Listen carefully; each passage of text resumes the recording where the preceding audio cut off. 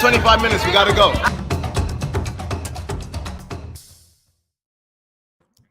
Hey. Hey, happy Wednesday, guys. Happy Wednesday. We're really excited. If this is the first time that you're with us, go ahead and put a 1 in the chat so we can shout you out. And if you have been with us several times, go ahead and just say that nation, and we'll just shout out everyone who's already a part of Say That Nation. Welcome to the show. We are all about the ugly come up of entrepreneurship and small business ownership. We've all heard those stories about how people start off with nothing and then have massive success. But what happens in the middle? What happens during the ugly come up? That's what we're here for, ladies and gentlemen. What's the mindset you need to have? What's the potholes you need to circumvent? All of those things we are here to talk about. And so we typically have 25 minutes to answer a topic question of the day.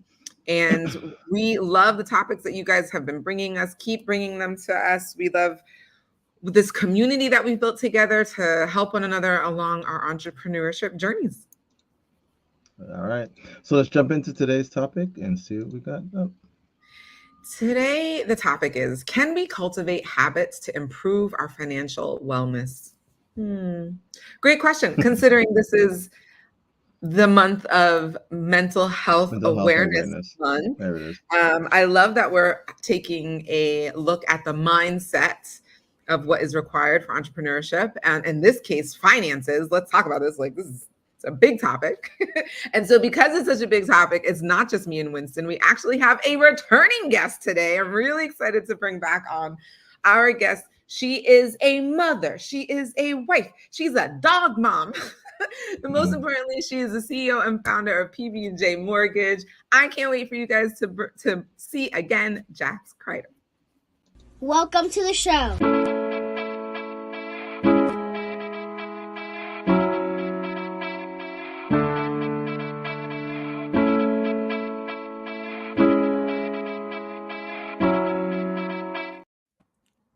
There she is.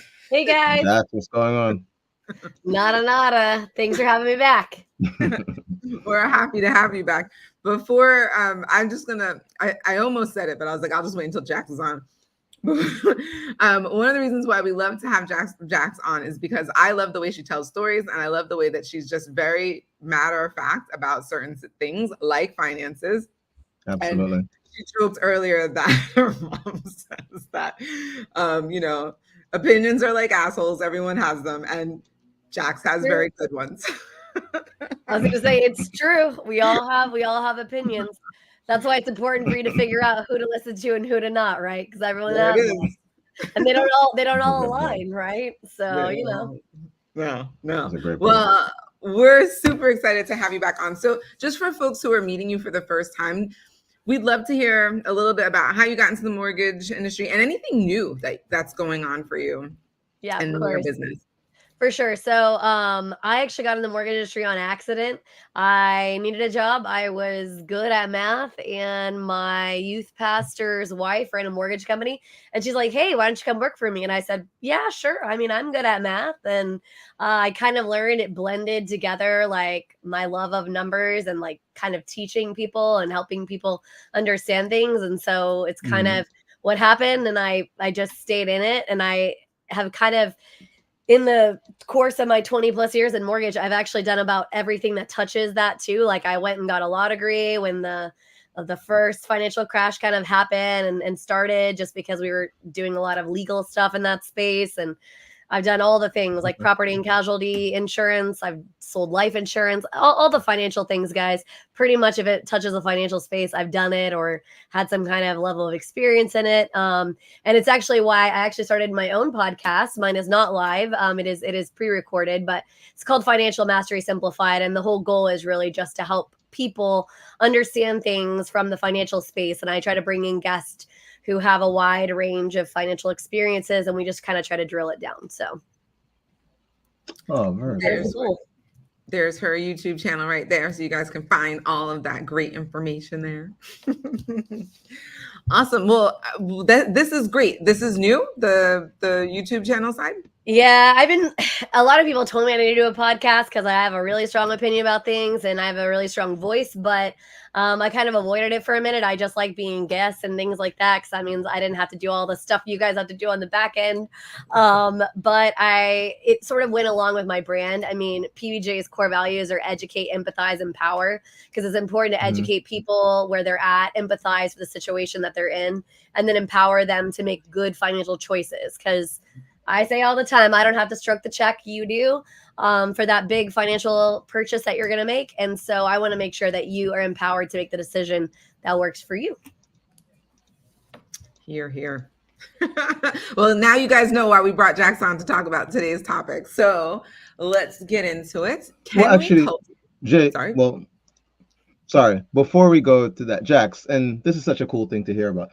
So a lot of businesses I find now are adding other elements to their overall brand. And I love that you identified that. Could you talk a little bit about why?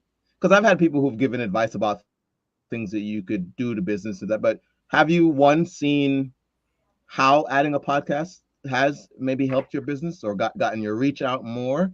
Or could you talk to people about something like that? Because I literally, as I was coming over today, my girlfriend and I were talking about seeing all these podcasts popping up. And I was wondering, what is it that for many people has allowed them now to say, let me step into this space to grow my brand, as opposed to maybe just general marketing that they've traditionally done? So for And then me, and sorry to jump in. I'm actually stepping also into some of the education space. I already have actually one educational element called House You. It's another brand that I hold that's kind of all encompassing. And I'm actually going to start creating some financial classes because we're finding that Oh, okay. unfortunately people are not learning how to really adult, like as in the financial realm, right? So usually what you learn say from like your that. parents or school, but they're not Yeah. they're not doing that. Like nobody's teaching anybody. And the worst part about it is where like people are embarrassed about that, right? Like nobody wants to raise their hand and say, hey, I'm an adult now, but I have no idea what I'm doing financially. And so they're just Mhm. like haphazardly trying to figure it out. And so I'm like, okay, let Things me out. help Yeah. create some Yeah. courses and some things. And the podcast obviously is a free version of that. The courses will be like paid, but the whole objective really is just to like help people. Because even though they could come to me and I would give them a lot of that for free, people are just literally afraid to do it. They're afraid to like come to me and sort of lay bare and say, hey, I don't know these things. Like, can you help me? And Mhm. so I'm trying to give them an opportunity to learn these things. And that's sort of why I decided to do it. Is my goal is to help people. And if I'm trying to help people and be able to help people not just one-on-one like what I have done most of my career, then I have to do it in another way. And podcast's a good way to do that, right? Just like you guys are doing. Yeah. Your goal is to help entrepreneurs like when they are in that weird phase of like, okay, we've started our business, but it's not looking as pretty as we wanted it to. How do we get there? Yeah, Like yeah. that's your goal. It's the same thing, right? Like and podcast is an easy and good way to do that, right? And people can listen to it on demand. Yes, you're live, but then somebody can go behind, right? And go back and And listen watch to it. the videos. Right. Yeah. Exactly. It's 11 o'clock Very at cool. night. I finally put my kid to bed and I have a Mhm. minute. I can now go listen to Say That channel and find all this great information they've been providing to help me get my business to the next level. Back Yeah. on track. Very cool. Exactly. Thank you Love for that. that. All right, go ahead, Jay. Let's jump into it. Well, that dovetails really nicely because you were talking about how the next phase of your business is educating people about finances because we don't know what we're doing out here adulting. So, can we cultivate habits to improve our financial wellness? I mean, you definitely can. I think the biggest thing that people don't understand is it isn't one size fits all. And that's the biggest, hardest thing, right? Is so, I mean, there's so many different avenues and it's just an overwhelm. And so one Mhm. of the things that I always try to tell people is, first of all, you really have to get clear about what it is you want, right? Like, what are your important things? Because what's most important to me is not going to be what's most important to you, Janelle. What's going to be most important to you, and that's fine. There's nothing wrong with that, Yeah. right? Like, we all have our goals, we all have our things, and so you really have to understand that, and also understand over the course of time your priorities will shift as well, right? Like seasons of Mhm. life will bring apart, different things, and so it's super Requirements are there. important Yeah. to remember that it's okay for it to change, right? It's also okay to make mistakes. So you could create some habits and then realize like maybe this isn't as good of a habit as I thought it was. Like I Mhm. need to shift that and change that. And there's nothing wrong with that either. I think It's super weird. I think the social media has created this feeling in us that everybody's life is going perfectly. I can tell you right now, I view people's finances for a living. I promise you that's not true. I see their financial stuff happening on the back end, and it's not all going according to plan. And that's the other reason I started the podcast, is because I'm not afraid to ever raise my hand. Like, this is what I do for a living, and my financial house is not always perfectly in order. So it's important to remember that when you're creating those habits, it's okay that it's not perfect. Like, it's fine, right? Yeah. It's not gonna look perfect. It's not gonna be perfect. That is perfectly acceptable. You just need to start like realizing, okay, this is what my priorities are, and here is how I'm going to make sure I stay aligned with that. Picking really good professionals is good too. I promise, for those of you who think to yourself, I'm scared, I don't want to, I don't want to raise my hand, I don't want to say that I'm struggling, it's the best thing you can possibly do. Anybody who's worth their salt in the financial space will help you. And most of us will do it for free. Most of us are not allowed to charge for consultations. So you think that, like, oh, if you want to go talk to a mortgage professional, I have to pay. That's actually not true. Like, we will totally, help you. Right. So like, people think, oh, I can't ask questions. Like, you can ask questions though. Right. I mean, you should ask questions. Like, I joke right now, Janelle, you don't know, but the second book is going to be called, Ask the Question, because that's my personality. Yeah. Like, my mom says when I was 2, all I ever did was say why. And I'm still doing that. I'm still like, why? I want to know. But yeah, I mean, so like, when you're creating those habits, like, don't be afraid to start tapping your resources, and you have more than you think. A lot of them right in your backyard, and you don't even realize. That's true. Right. This is so interesting. This conversation. Oh, sorry, Jay. It's so much. It's so interesting. I know we are talking about finances, but I feel like we are obviously having a mental health conversation. The idea that people are afraid to speak up about what they're going through, the somewhat stigma around.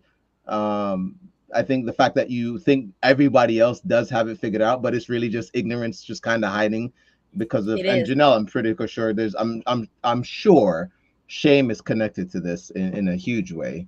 And I know, I love what you just said, because looking in just from real estate, we have an opportunity to look through people's finances as well. And when you look at people's spending habits and you compare it to their perception and what they believe they can afford, it's and I know you brought up the social media, I don't want to jump around, but it's fascinating to me where someone would want to live in a place but not understand that given their finances, they should live in a certain place based on their economics, but not have that concept and just think, no, but I got out of school, I should live here. And you're like, no, I get that, but your financial situation doesn't present that opportunity. And then find ways to get into that more expensive house and then find themselves years later. I mean, literally, I used to sign off on people who got into apartments and then could not afford it and ended up in housing for it. So we had this really weird thing happening right now in mortgage where, like, it's kind of almost like a beatdown,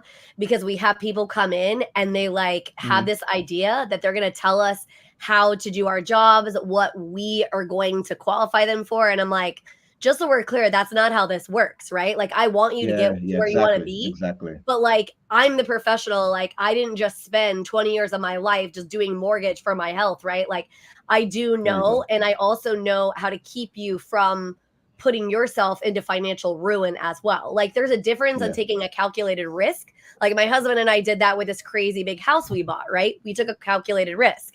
And there has been some pitfalls it's caused us financially, and there will be a lot of payoff at the end, right? But it was a calculated risk. That's very different than I'm going to throw everything up against the wall. I'm going to see what sticks, and I'm going to pray to God I can afford it. Like, that's very different. Yeah. And that's exactly what you're talking about, is what I think is going on. And the biggest thing is how this affects people in other areas of their life. So they are going creates through a lot of these other stress. mental things. Like, people don't realize, like, financial stress. And I had this conversation. I did a presentation for some people, and I talked about how eventually I want to create a nonprofit and to go into inner city school kids and teach them about money and credit and stuff like this, because the reason that those people do not come out of their station is because of money. Money absolutely is a huge binding factor. It will literally lock you down and put you in like a prison of its own making, or it will help flourish you forward, right? It can do either either one. But if you do not understand how it works, then you 100% are going to get locked into prison because you don't understand the concepts behind it. Yeah. You just don't get it. Yeah. So I'm glad that Winston talks about like the mental side of this and like how we view ourselves. I'm interested to hear like some of the mindset that you have come across as people have come to you, like one, to like normalize it for other people so that they hear it and they're like, oh, I thought I was the only one. It's what we all do. We all think we're the only one. And then it's like, oh, no. But I'm curious, like, what are some of the things that people think about their financial situation that you can tell is like an emotional attachment or like some way in which they're viewing their finances? So it's interesting. So first of all, it's weird. It's like people are in either one or two very different sides of the camp, right? So like one side, people are like, oh, I'm never going to be able to buy a house. And they're in actually pretty good financial positions. And they think they need $8 jillion to have down. And I'm like, actually, you need somewhere between 0 and 5% max down. Like, you know what I mean? Like it's less than you think it is. And you can start building wealth and equity, via home ownership. That's like a choice. Or it's like the other side. They have like no money, like no real credit, whatever. They don't make that much money. And yet, and I tell people this all the time, this is again where it comes to priorities, right? Prioritizing things will make all the difference in the world. I mean, I work in this space where my cell phone is my lifeline. Like I use it all the time. And yet I only buy one once every 2 years. But there's so many people that convince themselves they need these things. Like we've taught ourselves in our brain, well, I have to have this. I have to go on these big vacations every year. That's just not true. I'm not saying you shouldn't go if that's really what you want, but understand, like, where's your priority at? Would you rather go on the vacation? Would you rather start putting the money aside and being able to buy a house? Like, there's no right or wrong to it, but like understand that both sometimes can't simultaneously exist if we're not making the money. And we've allowed ourselves to like, and I'm the worst. Like y'all, Facebook has me so dialed in. They advertise to me like they know exactly what I want to say yes to, and we forget how easy it is. Like you can spend like $100 like that because you just click the button and yeah. I call it funny money. Think about it. Like when you have to physically hand cash to somebody, no matter whether it's $5 or $300, like you're physically giving them money like this, it is a very different mental component than I just clicked a button on my phone and Apple Pay did it. It's just different. Absolutely. No, 100%. And so like you have to keep yourself accountable. That made me think of a guy. Well, there's a guy I saw, and he was in a store, and initially he was talking about how long he's been on the line. He was like, "Oh my God, I'm just so hungry. I have to get this food. I have to get this food." Long story short, we wait 15 minutes. He finally gets to the front. They don't take a card to the machine, so they said you have to go to the ATM right next to him and take it out. He walked over. He goes $2.50 and walked right out. It was $2.50 for him to take out the money to pay, and again, he claimed for 30 minutes that he was starving and he had to eat. Yep. But for $2.50, he refused to do it. And it's the same thing you just, in that instance, it's more about he claimed it was the indignity of being charged $2.50. But it made me think of you. We're so accustomed now to paying tap with things that the idea of maybe holding on to money, it gives you this experience of paying more when, in fact, I think we actually pay less more times now when you use cash for things. Well, and the value of money has diminished a lot because of that. So remind yourself that every time you pay not in cash, there is fees associated with it. So like there's fees to the business, there's fees to like there's a lot of fees associated. So like the value of money has diminished. And so when people talk about like the big bad banks and the big bad whatever, well, but we're flourishing it. We are like, absolutely. Right. I mean, it's purely convenience. But if you look at like, I mean, it was initially called convenience fee before they changed. Well, right. And that is what it is. Right. But we've just come so accustomed to it, and it is so convenient. It is very convenient. But if you talk to most people who are first generation Americans, like it's so interesting. They pay almost entirely in cash. And I think it is that they have to physically like hand over that money. And I mean, there's times where I like literally go and I look and I'm like, oh my gosh, did I really spend $100 like on whatever it was? Because it's not the same. It really is not the same. You're right. It isn't the same digitally. or it isn't the same conceptually because you're not physically giving anything to anyone. Right. It's again, it's a lot about emotional attachment, like the way that your brain like thinks about things. And that's something that it's like, it's so good and it's so bad at the same time. Like I tell people all the time, the overwhelm of what we're experiencing as a culture. Like I've given the statistic several different times. I think the statistic is we encounter more information in 24 hours than somebody 150 years ago encountered in their In a entire lifetime. life. Yeah. My God. Lifetime. I've seen that before. I've seen that Crazy. statistic out there before. Yeah. But I mean, so think about it. When people are like mentally overloaded, when their mental health is just like, I mean, why is that? Well, because I mean, let's be real, right? Like there's this, there's that, and you're getting bombarded and you're being very well targeted.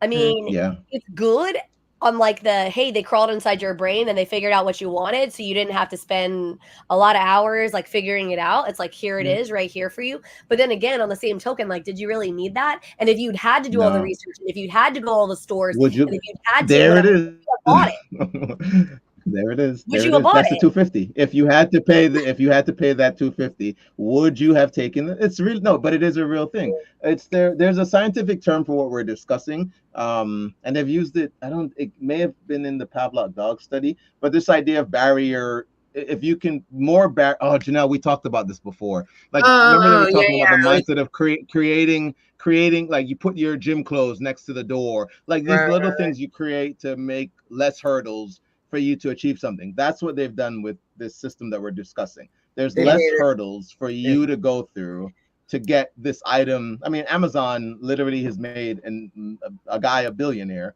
the richest man in the world, from that system. He created a simpler way for you to get to whatever.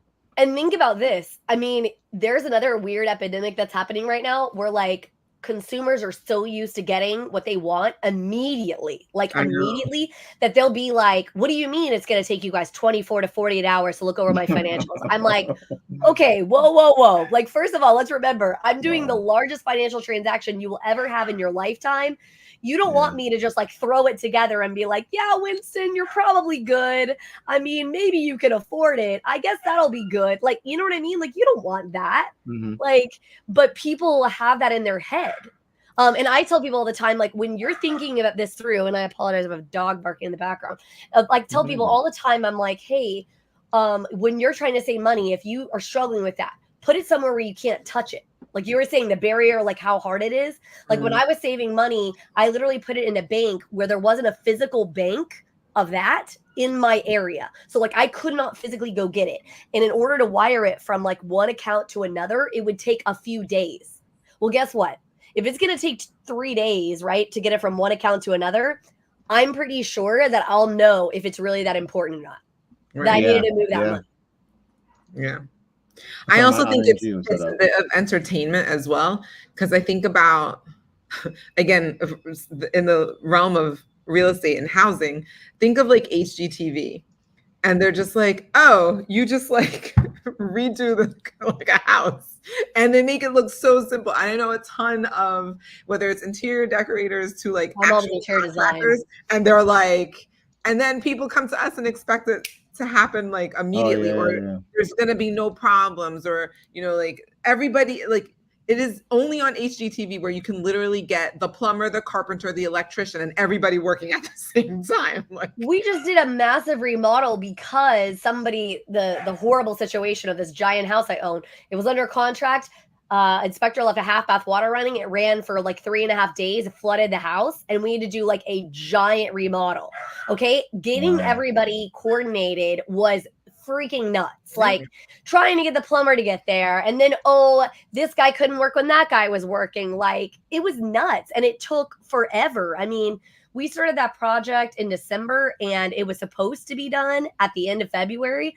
It wasn't done until like a couple of weeks ago, 3 weeks ago, maybe. I'm thinking permits alone probably took you guys a while. What'd you say? I'm thinking the permits alone to coordinate different. No, we didn't. Luckily, we didn't have that much. That's one of the good things in Texas. As long as you're just doing like replace, there wasn't. But yeah, that can take forever. We Yeah. have my husband has some family in Germany, and they had bought some land. They were gonna build a house, and they actually decided to buy pre-existing because the amount of time it takes to get the city to agree to let you build the house and get the permits and all the things, it just Yeah. took forever. Yeah. That sounds like New York. Yeah, I mean, and that's a lot of places anymore, right? There's just so many pieces of red tape. But yeah, a lot of people just don't realize that there is a lot of that. Like, people think that it's a lot easier than it is. And honestly, that goes into mental health too, right? Because if let's say that you see on social media, on the TV, on whatever, that it's super simple. Yeah, all you do is like you just push a button and you get a mortgage. Like that's it, right? So simple. And then you come to me and I say, hey, Janelle, yeah, absolutely. But you have to take these 10 steps and it's more complicated than you thought it was. And maybe everything doesn't go according to plan. There's something minor we got to fix on your credit to make it work right. Or we need to get a little bit more money in your account to get to exactly where you want to be. Well, then people feel bad about themselves. They think there's something wrong with them. Right. Like, Yeah. oh, well, see, I'm worse. Right. Which I isn't think true. I think a lot of it also everything that we just mentioned, not just one, but literally all the things that we mentioned, whether it's social media, Amazon, entertainment, whatever. There's also the delayed gratification. I feel like Yeah, that touched on it earlier. it is such a rare commodity these days because we've literally been trained. Our brains have been trained to receive things so immediately, and Oh, so yes. this. Well, and the delayed gratification, like that is actually important. Part of the It reason you is. have self-esteem is because you had to work for something. Like you Right. and I remember we had a conversation about the snowplow parents, about Right. how all these parents think they're helping their children because they're paving the way and they're taking all of this bad out of the way. And I understand their aim because I'm a parent as well. And I get that, yeah, I don't want my 2.5-year-old to fail. Like it's hard to see her struggle with something or to fall. But the truth of the matter is that's life. If you don't have any of the struggle, then you don't get to feel that gratification of accomplishing something. Right. Like she says all the time, I did it. I did it. And I think to myself, that's so true, right? Like you need that gratification of like, I went through a process and I did it. And that's why I have a saying in mortgage, like, man, I will get in the hole with you and I will help you dig that hole, but you better not be standing on the outside of it, putting stuff back in the hole. And you better not just be standing there watching me. You better be in the hole digging it with me. Because that's part of the process. It's like getting in there, doing the part. Well said. There's something, yeah. I mean, all of this is wrapped up in a lot of the mental health things that we've been talking about. And so as we're wrapping up, because my trusty phone with the timer is on the other side of the room, I realized that halfway through the show. I would love just like a takeaway, like talking about habits, like creating a habit. We've seen many people scientifically prove that you need to do something for at least 28 days to like make it a habit. But if there was something that people can start doing to help, whether it's to help with their delayed gratification, to help whatever that is, could you give like maybe 2 examples of something that could be really helpful for folks? Sure. So one thing is a lot of people, you do need to have some kind of a nest egg to help yourself, right? So setting it aside somewhere where it isn't easy to access, that's a huge one, right? And having money, I mean, most people who, I mean, not necessarily entrepreneurs, so I know that that's a little different for us, but those of you who are maybe paychecks up or whatever, have money just go somewhere where you can't see it, because it's one of the better ways to not, worry about it. And then also really get really clear about like your spending habits, like, how you're spending money and kind of bucketing it out. It's not a fun habit to do, and I'm not great at it. I will be very real with you, but it is super important because most businesses fail within the first 2 years. And the reason why is because they're so, busy, they're running around and they're not managing that money. And managing the money, as not sexy as it seems, it's super important because it is what will either cause you to fail or not. Great advice. Yeah. So my as phone much as I don't like to say that, it's the truth. Oh, okay. No worries. Well, I'll close it out, Jason. So I know you. Yeah, no, I got it.